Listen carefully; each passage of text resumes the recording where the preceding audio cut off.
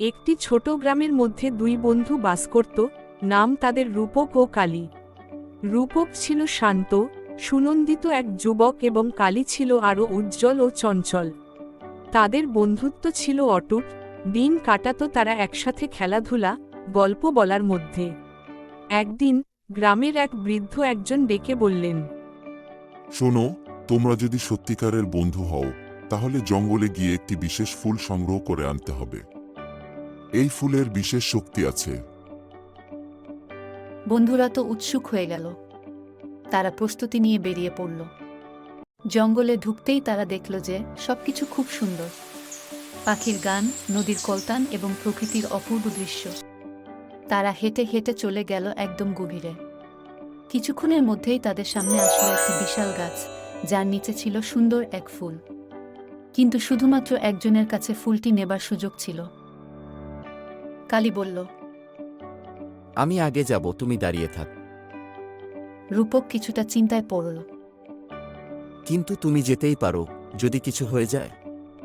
ভয় পেজো না, আমি ফিরব। বলে কালী ফুলটির দিকে ছুটে গেল। কিন্তু ফুলটি ছুতে গিয়ে গাছের শেকড়ের কারণে তার পা পিছলে পড়ে গেল এবং ফুলটি তখন ক্রমশ দূরে চলে যেতে লাগল। রূপক চিন্তায় পড়ে গেল। সে বুঝতে পারল যে সময় খুব কম। সে দ্রুত এগিয়ে গেল কালীকে সাহায্য করতে। কালী, তুমি কি ঠিক আছো? হ্যাঁ, কিন্তু আমি ফুলটি নিতে পারলাম না। কালী বলল হতাশার সঙ্গে। আমরা একসাথে চেষ্টা করব। রূপক বলল।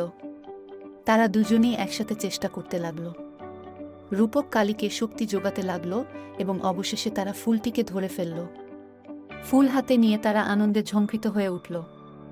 কিন্তু হঠাৎ করেই তারা বুঝতে পারল যে সেই বিশেষ ফুলটি অর্জনের জন্য তাদের মধ্যে সত্যিকারের বন্ধুত্বের প্রমাণ দিতে হবে। গাছটি তখন বলল, তোমরা যদি সত্যিকারের বন্ধু হও তাহলে তোমরা একে অপরের সুখ দুঃখে পাশে দাঁড়াতে পারবে। এই ফুল তোমাদের বন্ধুত্বের প্রতীক। রূপক ও কালী বুঝল তারা শুধু একে অপরকে সহায়তা করলেই হবে না, বরং তাদের বন্ধুত্বকে আরও মজবুত করতে হবে। তারা সিদ্ধান্ত নিল এই ফুল তাদের বন্ধুত্বের সাক্ষী হবে। গ্রামে ফিরে তারা ফুল নিয়ে গেল। গ্রামবাসীরা তাদের সাহসিকতা ও বন্ধুত্বের জন্য প্রশংসা করল।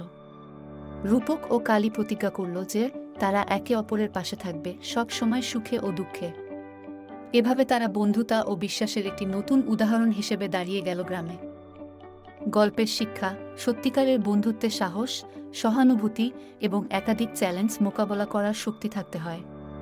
একজন বন্ধু তার অপর বন্ধুকে সাহায্য না করলে সেই বন্ধুত্ব আস্তে আস্তে দুর্বল হয়ে যেতে পারে। তবে একসাথে মিলিতভাবে চললে বন্ধুত্ব সব বাধা অতিক্রম করতে পারে। এই রকম ভিডিও পেতে চ্যানেলটি সাবস্ক্রাইব করুন।